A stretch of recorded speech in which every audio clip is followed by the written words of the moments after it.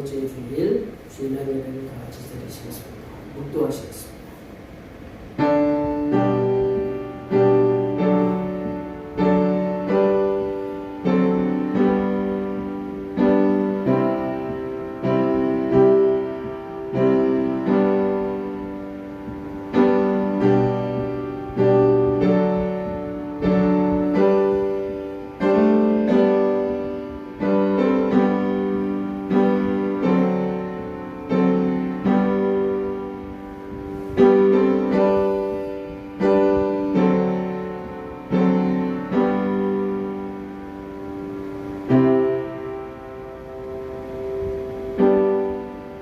온 땅이 하나님께 즐거운 소리를 낼지어다.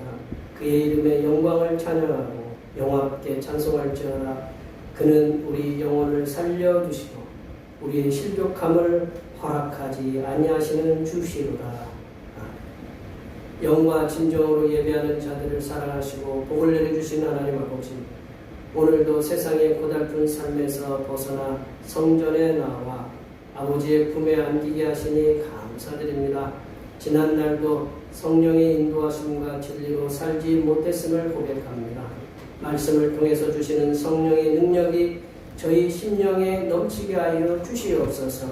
오늘 하나님 아버지를 새롭게 발견하고 은혜와 평강을 얻으며 새로운 변화를 체험하게 하여 주시옵소서. 거룩하신 예수님의 이름으로 기원하옵나이다. 이 시간 다 같이 일어나셔서 지난 한 주간 동안 우리들이 알게 모르게 되었던 모든 일을 반주에 맞추어서 침묵으로 고백하는 고백이 되시겠습니다. 기도하시겠습니다.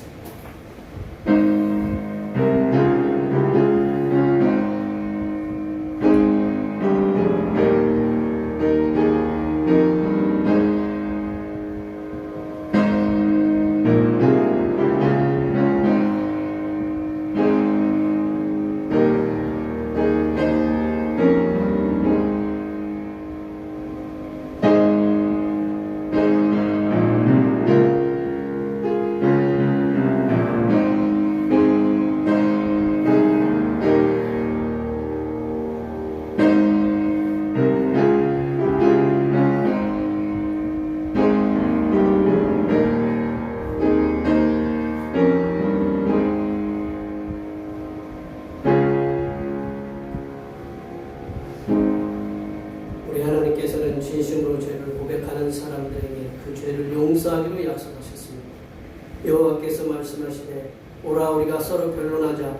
너희의 죄가 주홍 같을지라도 눈과 같이 이어질 것이요 진홍같이 붉을지라도 양털같이 희게 되리라. 이 말씀에 의하여 우리의 죄가 용서받았음을 확신합니다. 찬송 1장 하시겠습니다. 찬송 1장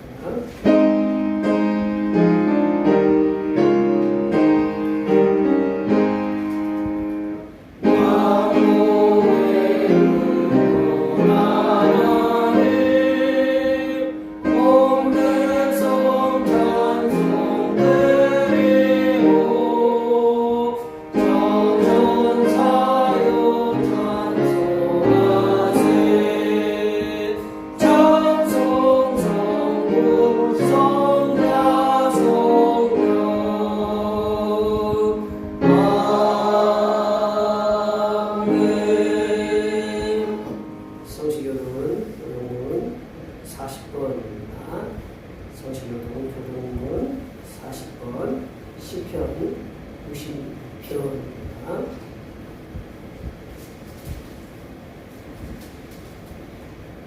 새 노래로 여호와께 노래하라. 온 땅이여 여호와께 노래할지어다. 여호와께 노래하여 그의 이름을 송축하며 그의 구원을 날마다 전파할지어다. 그의 영광을 백성들 가운데에 그의 기한 행적을 만민 가운데에 선포할지어다. 만국의 모든 신들은 우상들이지만 여호와께서는 하늘을 지으셨으리로다. 존귀와 위엄이 그의 앞에 있으며 능력과 아름다움이 그의 성소에 있도다. 아름답고 거룩한 곳으로 여호와께 예배할지어다. 온 땅이여 그 앞에서 떨지어다. 하늘은 기뻐하고 땅은 즐거워하며 바다와 거기에 충만한 것이 외치고 밭과 그 가운데 있는 모든 것은 즐거워할지로다. 그때 숲의 모든 나무들이 여호와 앞에서 즐거이 노래하리니 그가 임하시되 땅을 심판하러 임하실 것이니라. 그가 인로 세계를 심판하시며 그의 진실하심으로 백성을 심판하시리로다. 아멘.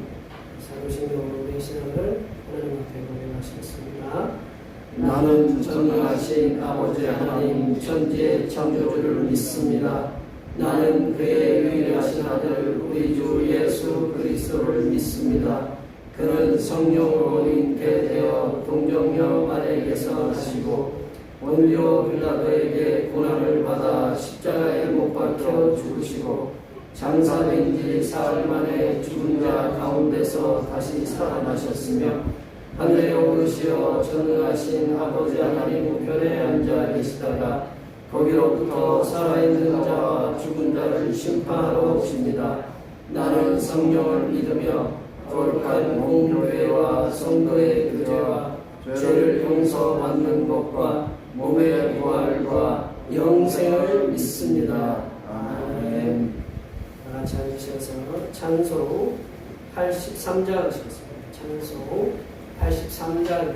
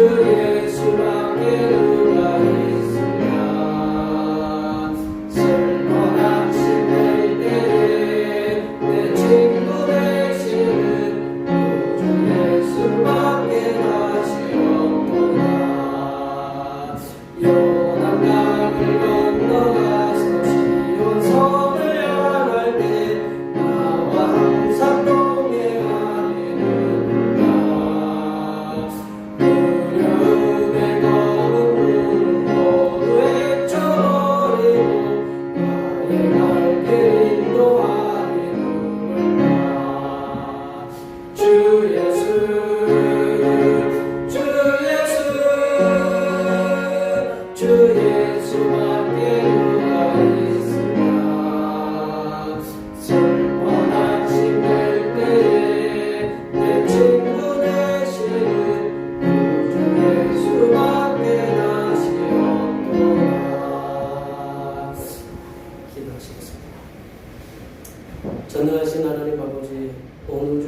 우주를 말씀으로 창조하시고 우주를 하나님의 섭리로 운행하시어 부족하고 연약한 인생들이 평안하게 살아갈 수 있도록 한치의 오차도 없이 운행해 주심을 감사드립니다.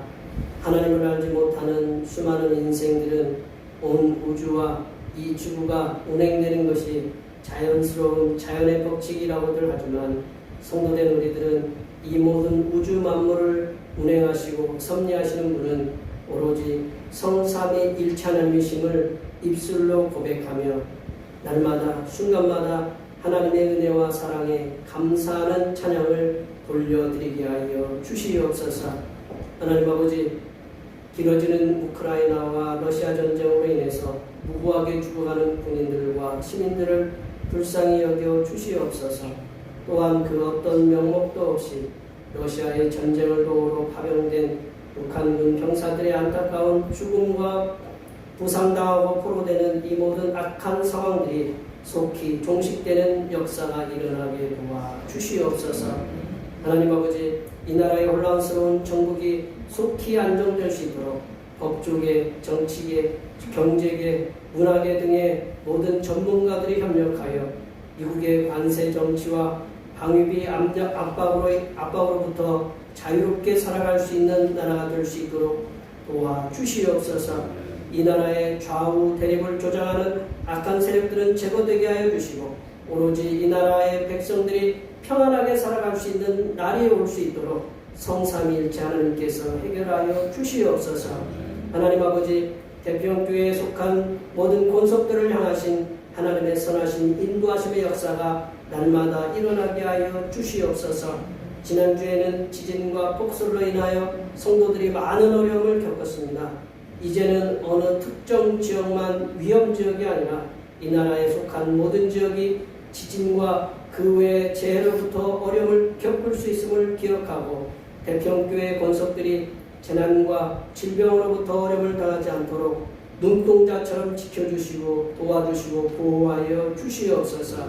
하나님 아버지, 이 시간 거룩하신 하나님의 말씀을 듣겠습니다. 내려주시는 말씀을 통하여 우리 심령에 하나님의 은혜와 하나님의 지혜가 충만하게 채워지게 하여 주시옵소서. 우리의 구원을 위해 십자가를 지신 우리 주 그리스도 예수님의 이름으로 기도하오며 이제는 주님께서 가르쳐 주신 기도로 기도하오니 하늘에 계신 우리 아버지의 이름을 거룩하게 하시며 아버지의 나라가 오게 하시며 아버지의 뜻이 하늘에서와 같이 땅에서도 이루어지게 하소서. 오늘 우리에게 일용할 양식을 주시고 우리가 우리에게 잘못한 사람을 용서하여 준 것 같이 우리 죄를 용서하여 주시고 우리를 시험에 빠지지 않게 하시고 악에서 구하소서. 나라와 권능과 영광이 영원히 아버지의 것입니다. 아멘.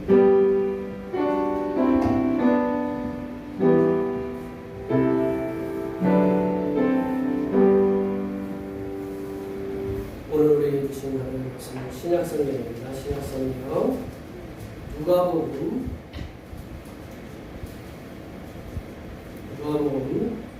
6장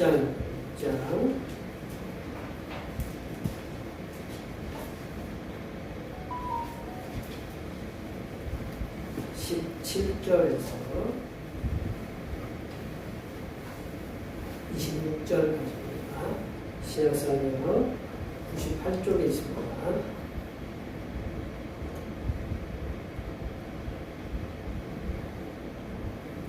신약성경 누가복음 6장 17절에서 26절 말씀하십니다. 한 절씩 교독하시겠습니다. 예수께서 그들과 함께 내려오사 평지에 서시니 그 제자의 많은 무리와 예수의 말씀을 듣고 병 고침을 받으려고 유대 사방과 예루살렘과 두로와 시돈의 향으로부터 온 많은 백성도 있더라. 더러운 귀신에게 고난받는 자들도 고침을 받으리라.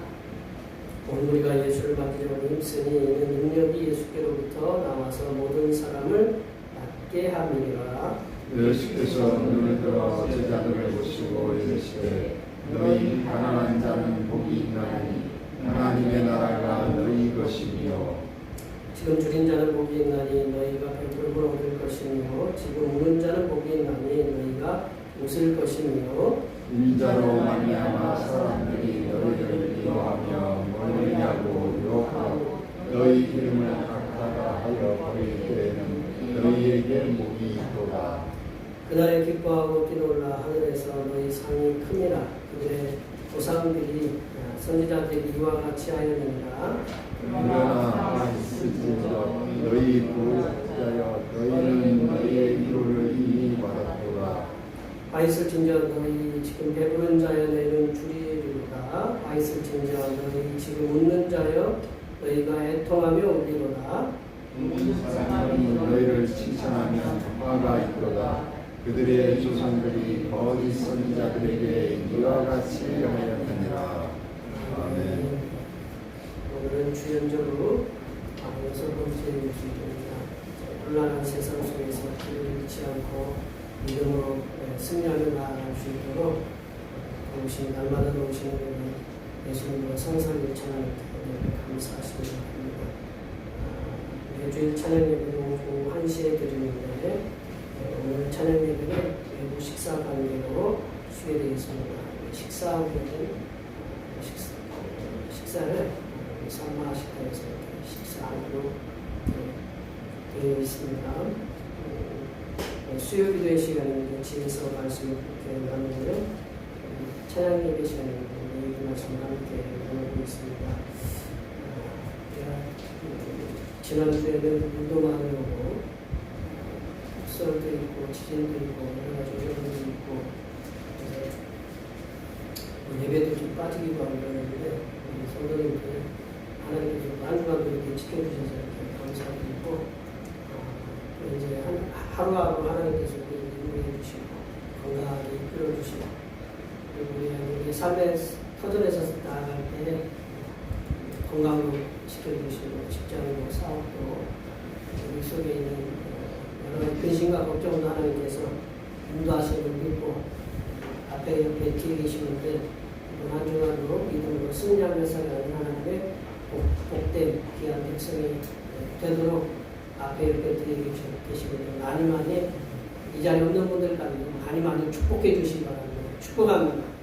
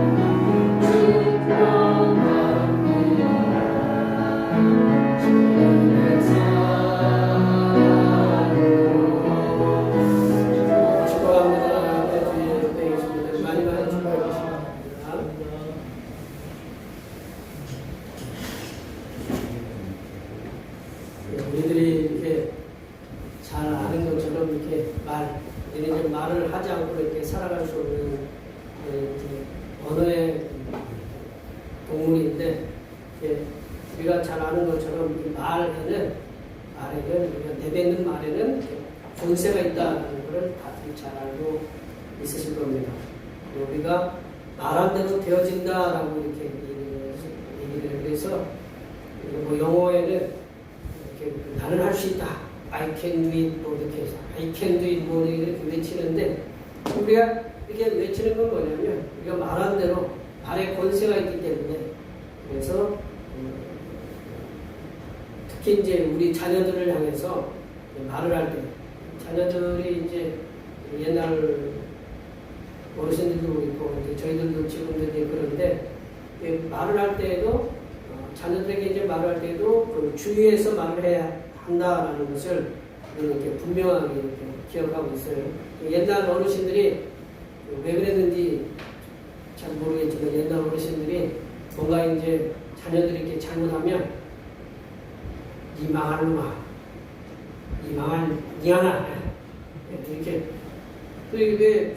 왜 그랬을까요? 이렇게 그렇게 말하는 것을 우리가 이렇게 자주 종종 이렇게 들었어요. 이 말을 자주 들은 자녀들 뭔가 실수하고 잘못할 때마다 망할 거나 이렇게 그렇게 들은 많이 들었다라고 생각하면 자신이 어떤 존재냐면 나는 망할 수밖에 없는 존재다라는, 그래서 삶에 살아갈 의욕을 갖다 잃을 수도 있었다라고 이렇게 생각이 됩니다. 그래서 우리들은 자녀들이 잘못했을 때 내가 이렇게 부정적인 언어로 이렇게 자녀들에게 얘기하는 게 아니라 우리가 이제 반대로 얘기해서 흥할 놈아, 잘될 놈아, 복을 받을 놈아, 좀 이렇게 화가 나도 그렇게 얘기하면 이제 자녀들이 그런 긍정적인 사고로 이렇게 나갈 수 있다는 거예요. 우리가 몸이 너무 힘들 때, 몸이 너무 힘들면 아이고 죽겠네 하면 진짜 우리 몸이 어떻게 돼요? 자꾸 듣고 이제 이게 어차피 이렇게 나이가 들으면 늙고 몸이 쇠약해져 가는데 거기다가 자꾸 죽겠네 그러면 이게 몸이 이제 자꾸 듣고 이제 더 빨리 노화를 시킬 건데, 그래서 제가 이제 가끔 농담식으로 얘기했잖아요. 죽겠네라고 하지 말고 죽게 있네, 주님께 있네. 그 발음 하나만 차이 나면 우리가 이제 긍정적인 얘기로 우리가 말할 수가 있거든요. 사람의 말에는 이렇게 권세가 있기에, 말에 힘이 있기에 그 말의 능력을 우리는 분명하게 기억하면서 그 말에 대한 언행을 실천하도록 해야 된다는 거예요. 우리가 지금 이제 읽었던 이 복음서는 이렇게 네 가지 복음서가 있는데, 마태, 마가, 누가, 요한, 이 네 가지 복음서가 있는데, 이 네 가지 복음서는 예수님께서 하신 말씀이에요. 예수님께서 하신 말씀을 글로 이렇게 적어 놓은 거, 예수님께서 하신 말씀을 글로 옮겨 놓은 거다. 그걸 기억해야 된다는 거죠. 예수님께서 공생의 기간 동안에 수많은 말씀을 많이 선포하셨어요. 하나 예수님께서 공생의 기간 동안에 많은 말씀을 이렇게 선포하셨지만, 우리들이 읽고 있는 예수님의 말씀의 내용은 불과 얼마 내용이 되지 않는다라는 것을 알 수 있어요. 우리 가끔 이제 학교에서 이렇게 집사람들이 있지만 목사님들이 설교집을 갖고 와요. 죄송한 얘기지만 설교집 잘 안 읽어요. 제가 준비하는 것도 어려운데, 근데 설교집이 얼마나 많냐면 계속 나와요. 계속 나오는데 1권, 2권, 3권이 아니고 이렇게 모아놓으시면 책에 이렇게 한쪽을 갖다 가득 채울 수 있을 만큼의 그런 설교의 내용이 많아요. 근데 결국 예수님의 말씀은 얼마큼 되느냐? 얼마큼 안 돼요. 예수님의 내용은 불과 얼마 되지 않는다라는 거죠.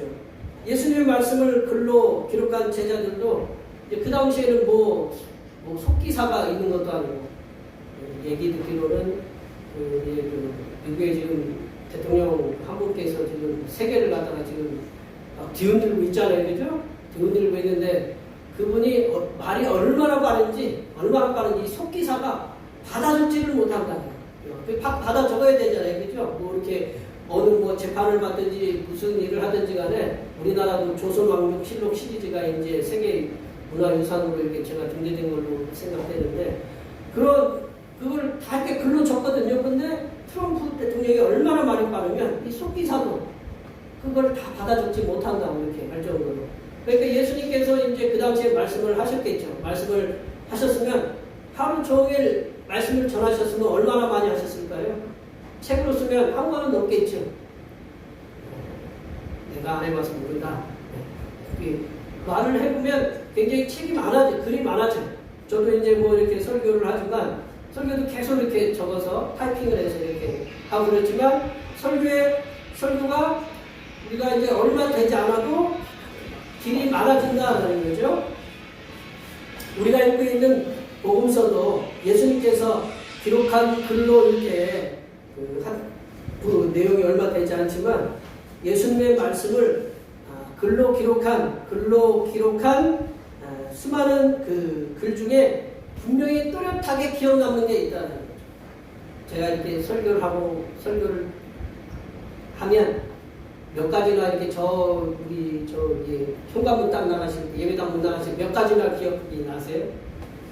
딱 나가시면서 다 들고 나가시는 건 아니죠? 이게 딱 나가면 저도 그래요. 제가 오늘 뭘 설교를 했지? 저도 이렇게 가끔 제가 설교한 저도 그런데 여기 계신 분들은 나가시면서 얼마나 많은 것을 기억할 수 있느냐. 이게 제자들이요. 예수님 말씀을 많이 들었을 거예요. 많이 들었는데 기억이 남는 게 많지 않았어요. 그 중에 기억 남는 것 중에 하나가 오늘 본문 말씀이다라는 거죠. 그래서 오늘 본문에 보시면 예수님께서 평지에서 설교하셨다라고 이렇게 말씀합니다. 평지에서 설교하셨다. 평지에서 설교하셨던 이렇게 말씀인데, 예수님께서 오늘 본문에서 이제 평지에서 설교했다고 분명히 얘기하시면서 본문 오늘 말씀 읽기 바로 전에 12절, 13절에 보면 예수님께서 산에 계셨다. 그리고 제자들을 불러서 삽으로 세웠다라고 이렇게 얘기하고 계신다. 예수님께서 분명히 산에 계셨다. 산에 계셨고 그리고 거기서 제자들을 불러서 세웠다. 왜 예수님께서 산에 계셨느냐? 모세도 산에 올라가서 하나님 말씀 받았잖아요. 기도도 하고 그러한 예수님도 오늘 산에 올라가셔서 기도하셨다라고 해요. 12절 13절 말씀 한번 다 같이 한번 읽어볼까요? 이때 예수께서 기도하시러 산으로 가사 밤이 새도록 하나님께 기도하시고 밝음에 그 제자들을 부르사 그 중에 12를 택하여 사도라 칭하셨으니, 밤새 기도하신 다음에 사도들을 세우셨고, 사도들을 세우신 다음에 그 사도들을 갖다가 이제 너희들은 하나님의 말씀을 전하는 그런 사도다라는 것을 이제 파송 형식으로 이렇게 얘기해 주고 계신다라는 거죠. 그 후에 예수님께서 이제 산에서 내려오셨다라는 거예요. 평지로 내려오셨다는 거예요. 예수님께서 중요하신 건 뭐냐면, 예수님이 산에만 계신 게 아니고 평지로 내려오셨다라는 거예요. 누구를 만나러 내려오셨느냐? 내려와가지고 백성들을 만난 장면이 오늘 본문에 나온다라는 거죠. 예수님께서 평지에 내려오신 후에 어떤 사역을 감당하셨는지에 대해서 오늘 본문 말씀을 통해서 한번 살펴보도록 하겠습니다. 예수님께서 이제 평지에 서셨을 때 행하셨던 것이 뭐냐? 첫 번째로 보면 예수님께서는 모든 백성들에게 말씀을 가르치시고 병자도 고치셨다. 예수님께서는 모든 백성들에게 말씀을 가르치시고 병자도 고치셨다. 모든 백성들이란 이방인이든 이스라엘 백성이든 가리지 않고 모든 백성들을 가르치시고 병자도 고치셨다. 17절 말씀 다 같이 한번 읽어보겠습니다. 17절 말씀입니다. 예수께서 그들과 함께 내려오사 평지에 서시니 그 많은 무리와 예수의 말씀도 듣고 병 고침을 받으려고 유대 사방과 예루살렘과 두로와 시돈의 해안으로부터 온 많은 백성도 있더라. 예수님께서 사도로 칭하신 이제 제자들과 함께 이제 산에서 내려오셨어요. 내려오셔서 평지에 서셨다라는 거죠. 우리나라가 이제 보면 70%가 산이잖아요. 산이 많고 평지가 이제 많지는 않은데, 평지에 섰다라는 것은 그만큼 예수님께서는 이제 곧 산에서 기도하시면서 자신을 이렇게 낮추시고 내려오셔서 하나님의 백성들, 자기의 오는 백성들을 만나시기 위해서 내려오셨다라는 거죠. 예수님께서 제자들과 평지에 서셨을 때 예수님께서 평지에 계신다는 소문을 들었어요. 어디에 계신다? 예수님이 그때 인기가 많으셨거든요. 지금처럼 유튜브가 있고 생방송을 막 찍고 구독자 100만 그런 게 아니고, 예수님은 그냥 딱 어디 계신다 그러면 그들이 예수님이 구름처럼 그들을 갖다가 몰고 다니셨던 그런 분이다라는 거죠. 예수님께서 평지에 계신다는 소문을 들은 이렇게 많은 사람들이 예수님께로 모여들었다는 거죠. 예수님께 이제 모여들은 사람들이 이제 거리가 가까운 거리도 있었겠지만 먼 곳에 이르기까지 지역을 가리지 않고 모여들었다는 거죠. 이 지역을 살펴보면 쉽게 우리가 이제 대평촌이라고 생각하고, 대평촌이면 여기 뭐 감곡이라든가 뭐 이렇게 충주로부터 저 이렇게 그 북쪽에 있는 그 먼 쪽에서부터 저쪽 뭐 서울보다 더 먼 지역에서부터 이 저 아래쪽에서까지 이렇게 다 많은 사람들이 모여들었다라는 거죠. 그 17절에 보면 그 많은 제자의 무리들과 예수님의 말씀을 듣고 그리고 병고침을 받기 위해서, 이게 그들이 오는 목적은 뭐냐면 말씀을 듣기도 하고 또한 병고침을 받기 위해서 유대 사방 예루살렘, 유대 사방과 예루살렘이라는 것은 예루살렘 이스라엘 전역에서 예수님께로 나왔다라는 거죠. 유대 지역에 보면요, 뭐 저희도 한 번밖에 안 가봤지만 보니까 산악 지역이 많아요. 이렇게 이스라엘 지도 보면 이렇게 올라갔다 이렇게 내려오고, 그러니까 평지가 별로 없는데 그러한 뭐 자기가 올 수 없는 그러한 힘든 상황 속에서 불구하고 예수님에게로 나왔다라는 거죠.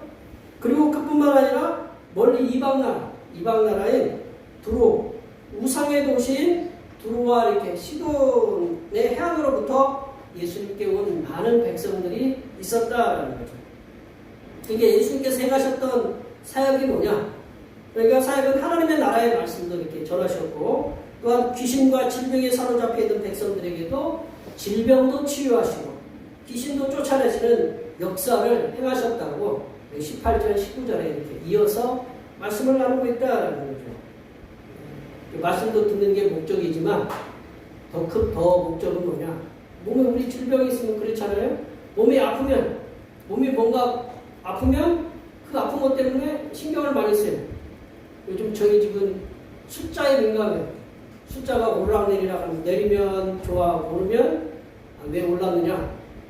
숫자 때문에 오르락내리락 해가지고 아침마다 뭐 이렇게 저는 안 찔러봤지만 하여튼 찔러보고 올랐네? 내렸네? 예, 우리 몸에 뭔가 하나가 질병이 있으면 그 간단한 거 그것 때문에 숫자 때문에 울고 웃고 그래. 그러니까 집에 누군가 이렇게 질병이 있다라면 일단은 고칠 수 있는 사람이 누구냐? 의사를 찾으러 이제 다니겠는데 그 만병의 의사가 바로 예수다. 그런 소문이 딱 들렸어요. 그러면 뭐 가족이 전체 동원해가지고 매든 뭐 어쨌든 간에 뭐 아이든지 엄마든지 남편이든지 그 누구를 다 데리고 아들이든지 간에 데리고 이제 가는 거예요. 그래서 그 지역이 아무리 멀어도 우리 어떤 분들 어머니들은 그렇잖아요. 자녀가 아프면 사방에 용하다는 사람들 다 찾아다니면서 병을 고치려고 이렇게 노력하잖아요. 마찬가지였다는 거죠. 두루와 그 시돈 지금의 레바논 지역에 있는 그 먼 지역에서부터 걸어왔겠죠. 걸어서 자녀들을 고치기 위해서 또는 가족을 고치기 위해서 사랑하는 사람을 고치기 위해서 그들이 그 귀신을 쫓아내기 위해서 요즘 질병들이 대부분 어디서 오는 거냐면 쉽게 얘기하면 우울증 때문에 대전에서도 큰 사건이 있었고 그리고 거기는 이제 자기 제자를 갖다가 이렇게 했고 저쪽 경남 쪽인가 어디 쪽에서는 자기 아들을 하고 우리 충주에서는 어떤 초등학교 선생님이 우울증 때문에 아들은 학교 보내고 자기는 자살했다고. 이 우울증이라는 질병 하나 그리고 뭐 조현병이라든가 집안에 어떤 그것이 이렇게 있다고 하면 이게 감당이 안 되는 거예요. 그래서 이러한 사회적으로 굉장히 어려움, 그러니까 이 공동체가 어려운 거예요. 마을이 어려운 거예요. 그래서 그거를 고치기 위해서 먼 거리에서도 왔다라는 거죠. 예수님께서는 그 모두를 가리지 않으셨다라는 거예요. 가끔 예수님께서 이제 누가복음 7장 다음 장에 보면 뭐 이렇게 서로 보내게 여인한테 나는 이방 사람들 개 취급받는 니들 같은 개 같은 애들은 내가 치유를 하러 오지 않았다. 그러니까 예수님 그 수르국의 여인이 지혜롭게 대답하잖아요. 개들도 상에서 떨어지는 그것을 부스러기 먹는다. 예수님이 일부러 그러신 거겠죠. 그래. 치유 귀신이 나갔잖아요. 이러한 역사를 행하셨다라는 거죠. 예수님께로 나와서 말씀을 듣고 질병의 치유와 귀신 들린 자들은 이스라엘 백성들뿐만 아니라 이방 나라들 사람들까지도 포함되어 있었다. 예수님께서는 당신께로 나오는 자는 이스라엘 백성이든지 이방이든지 누구든지 가리지 않고 받아들이시고 말씀도 가르쳐 주시고 질병도 치유하시고 귀신도 쫓아내 주셨다라는 거예요. 이 나라의 이제 한 조사기관에서 다들 한 번씩 들어보셨을 거예요. 설문조사를 했는데 가장 호감 있는 것이 아니라 가장 비호감 있는 종교가 뭐냐?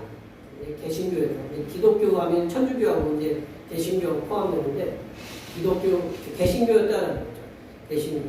그리고 이제 뭐 천주교, 불교 이제 그 세 개 중에 개신교가 가장 비호감이다 이런 이제 그런 그 조사가 나왔는데 왜 개신교는 이기적이고 포용적이지 못하다라는 결국 내용이 그렇다라는 거죠. 이기적이고 저는 이제 그런 세상 사람들이 교회에 대해서 이렇게 말하는 것이 당연하다고 저는 느껴요.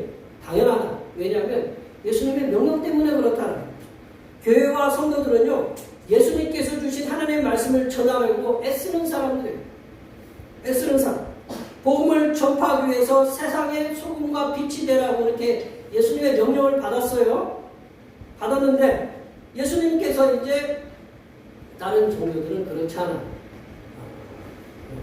우리는 예수님께서 유일한 구세주다. 요한복음 14장 6절에 보면 내가 곧 길이요 진리요 생명이 나로 말미암아 저토록 아버지께로 올 자가 없느니라.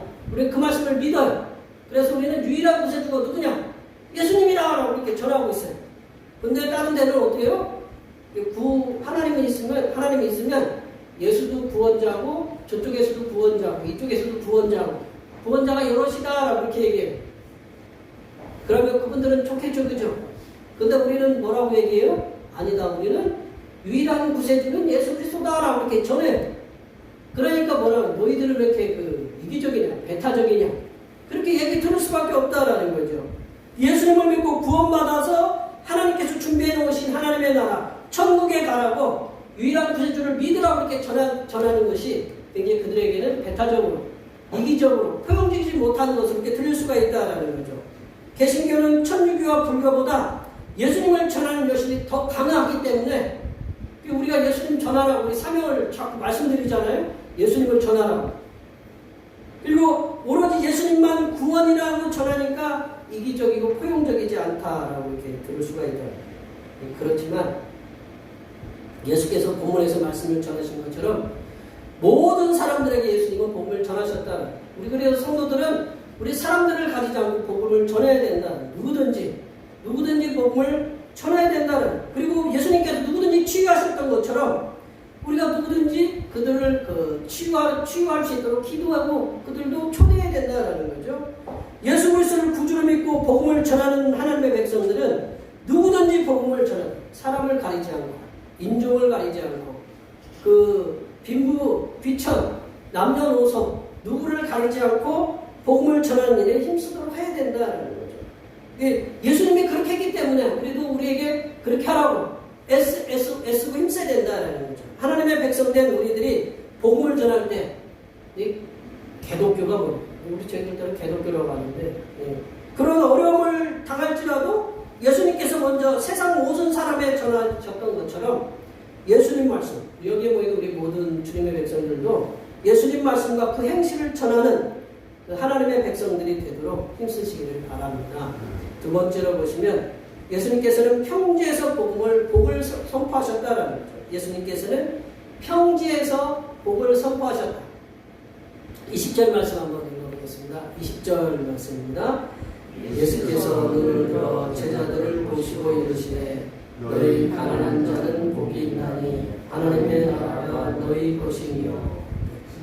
예수님께서 20절부터 23절에 말씀하시는 것은 네 가지 복을 말씀하셔요. 네 가지, 그걸 사복이라고 하는데 네 가지 복이 있는데 이 마태복음 5장에 보면 산상수훈에서 마태복음 5장 3절부터 그 이하에 보면 8복을 선포하시는데 그 말씀과는 좀 약간 달라요. 오늘 본문에서는 사복을 먼저 선포하시고 난 후에 24절 이하에 보면 사화, 네 가지 저주를 선포하고 계신다라는 거죠.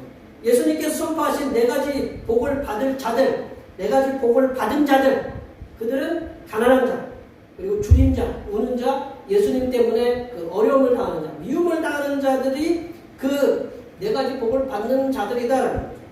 예수님께서 평지에서 선포하신 네 가지 복은 이게 그냥 그 마태복음에처럼 이게 가상적인 게 아니에요. 이게 심령이 가난한 자는 복이 있는 아니에요. 그게 아니에요.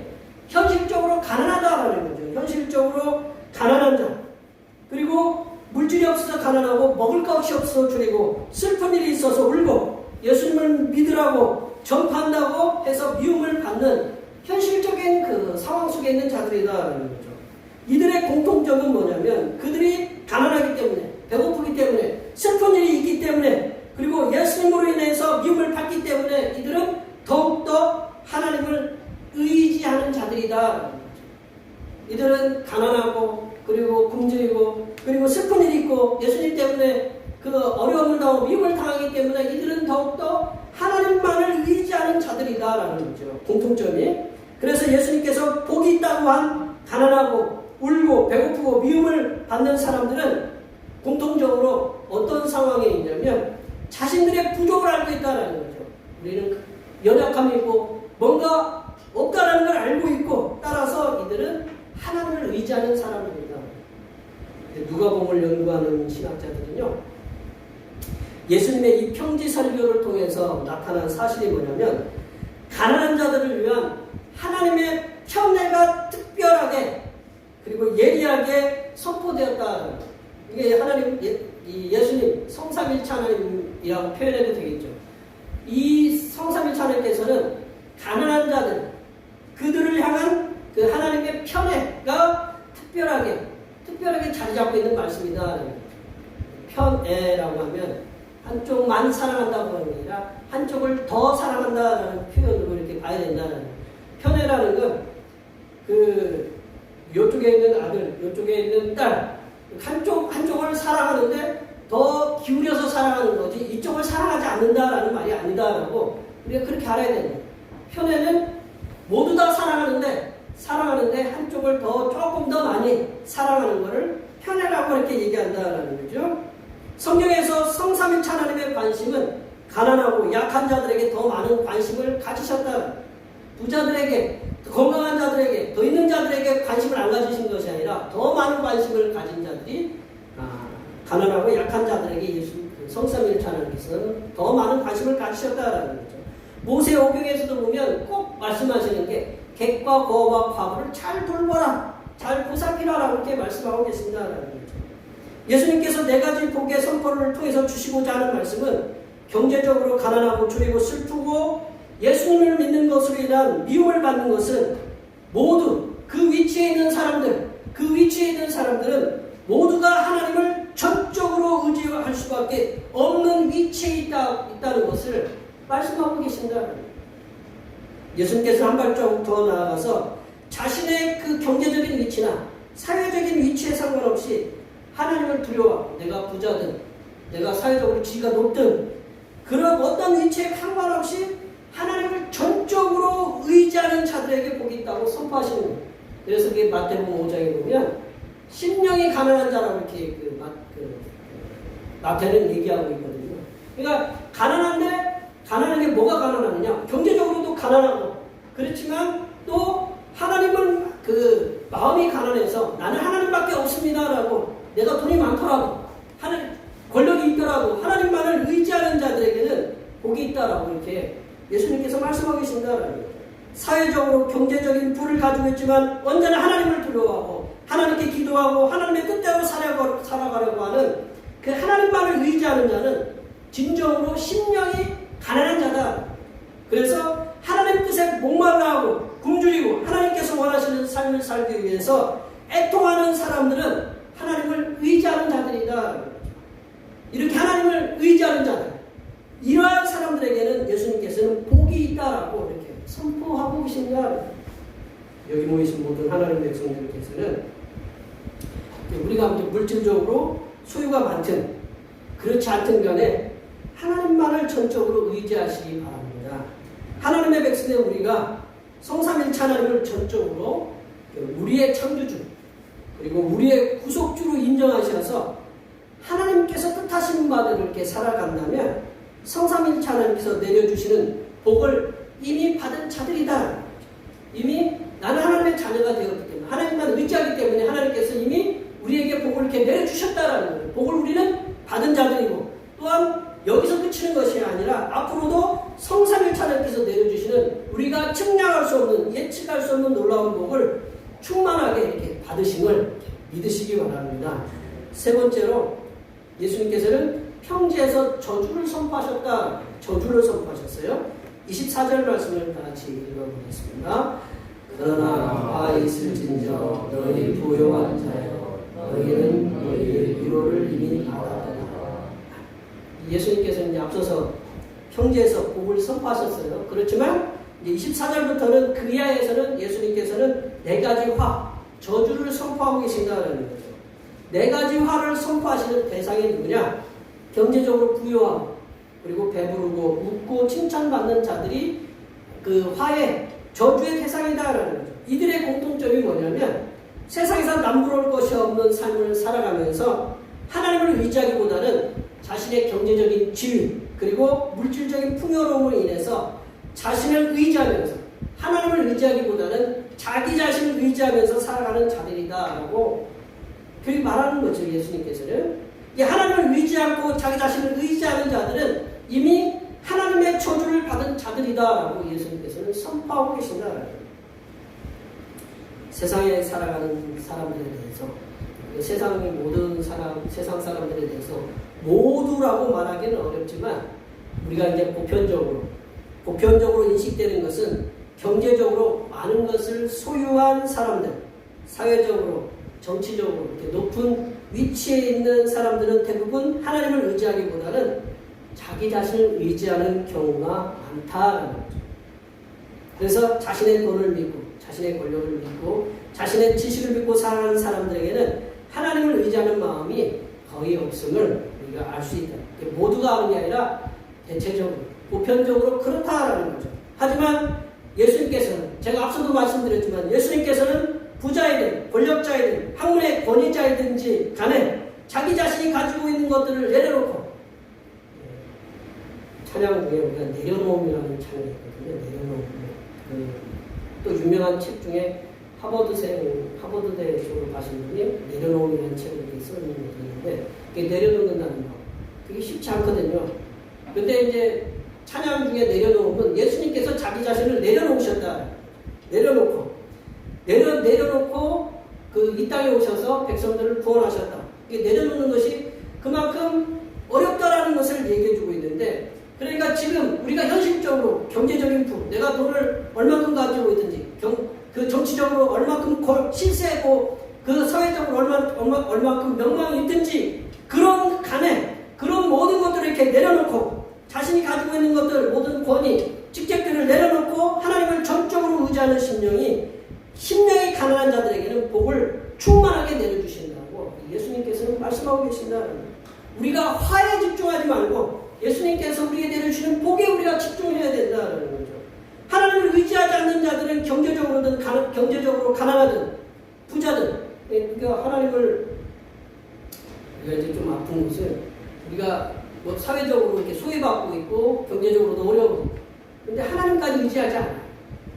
그러니까 경제적으로도 가난하든 부자든 간에 그 상관없이 이미 하나님의 마음이 없다. 하나님을 의지하지 않는 자들은 경제적으로 가난하든 부자든 상관없이 이미 그 마음이 하나님의 없음으로 인해서 화를 당한 자들이고 저주를 받은 자들이다. 말씀을 정리해보면요. 하나님께서는 산에서 기도하셨다라는 거예요. 기도하시고 제자들을 세우신 후에 평지에 내려오셔서 당신이 내려오셔서 당신에게 오는 모든 자들을 막지 않으셨다. 모든 자들에게 그들이 병자든 귀신 들렸든 그들이 이방인이든 어디서 가난하든 부자든 간에 모든 자를 막지 않으시고 그들에게 말씀을 가르쳐 주셨고 병자들의 질병도 치유하시고 회복시켜 주셨다는 거죠. 예수님께서는 자기 자신을 의지하지 않고 전적으로 하나님을 의지하는 가난한 자들에게 복을 선포하셨습니다. 반대로 예수님께서는 하나님을 의지하지 않고 자기 자신만을 의지하는 자들에게는 하나님의 저주를 선포하셨다. 여기에 모여 예배하시는 모든 하나님의 백성들께서는 우리들이 가지고 있는 우리 경제적인 문제, 질병의 문제, 가정의 문제들도 다 하나님 앞에 내어놓으셔서 하나님의 전능하신 능력으로 해결함을 받으시기를 바랍니다. 또한 우리 삶의 형편이 어떠한 상황이든지 간에 우리의 창조주이시고 우리의 구원자이신 전능하신 하나님만을 의지해서 하늘로부터 내려주시는 놀라운 복을 충만하게 받으셔서 하나님께로부터 받은 복을 우리가 먼저 복을 받고 그 받은 복을 모든 사람들에게 나눠주는 축복의 전달자, 축복의 통로로서의 삶을 살아가시기를 간절히 축원합니다. 기도하시겠습니다. 하나님 아버지, 우리들을 죄에서 구원하시고 하나님의 자녀로 삼아주시고 하나님을 전적으로 의지하는 우리들에게 놀라우신 복을 내려주심을 진심으로 감사드립니다. 지금 이후로 여기 모인 모든 주님의 백성들이 계속적으로 가난한 심령을 가지고 전적으로 하나님을 의지하여 하나님께서 내려주시는 복을 충만히 받아 하나님께로부터 받은 하나님의 복을 세상에 나누고 전달하는 축복의 통로들이 되도록 인도하여 주시옵소서. 거룩하신 예수님의 이름으로 기도하옵나이다. 아멘. 주문경 목사님 공부 좀. 찬송 427장입니다. 찬송 427장입니다. 찬송하시면서 준비하시는 분은 하나님 앞에 드리시겠습니다.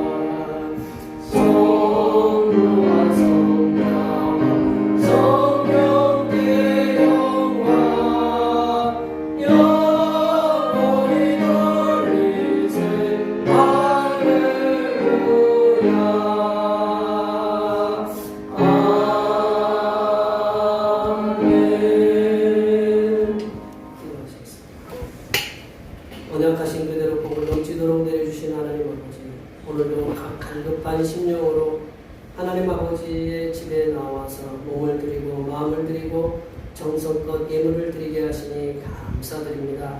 비록 작지만 헌신하는 마음으로 예물을 드리오니 기쁘게 흠량하여 주시옵소서.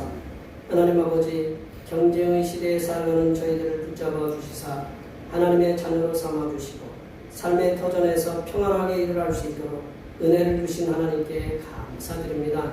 하나님께서 허락하신 일터에서 건강하게 땀을 흘리며 수고하여 든 소득의 열의 하나를 주님 앞에 드립니다.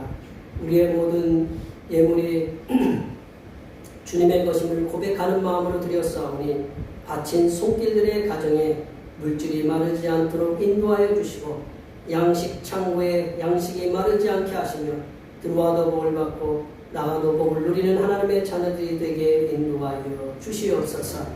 하나님 아버지, 항상 기뻐하시는 일들을 계획하시고 우리들에게 그대로 이루어 주심에 감사하여 감사의 예물을 드립니다.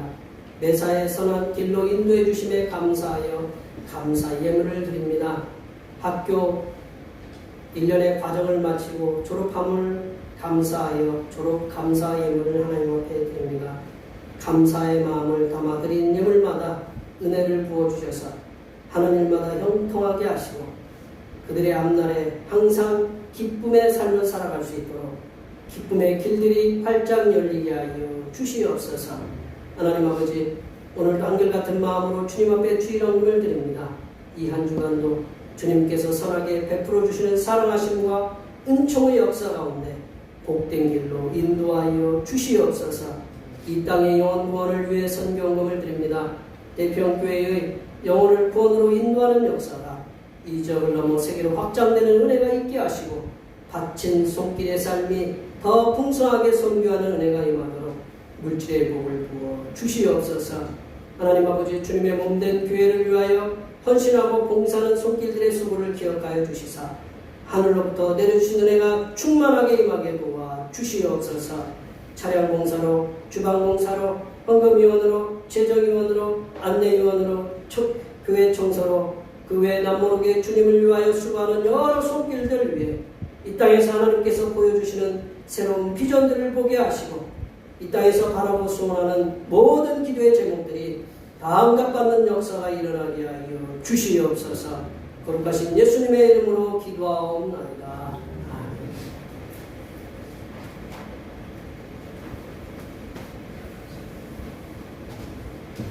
제자의 세상 사명스러운 부분 제차하시겠습니다. 대평교회 사명선 부분. 대평교회 사명은 하나님께서 우리와 함께 하시는 절대 믿음과 우리 가족을 사랑으로 구원하여 주심과 교회를 부흥시켜 주심을 비전 삼아 지역과 나라와 세계의 소금과 빛의 사명을 감당하는 것입니다. 믿음으로 하나님을 기쁘시게. 아멘. 부흥하는 교회 부모제 하시겠습니다.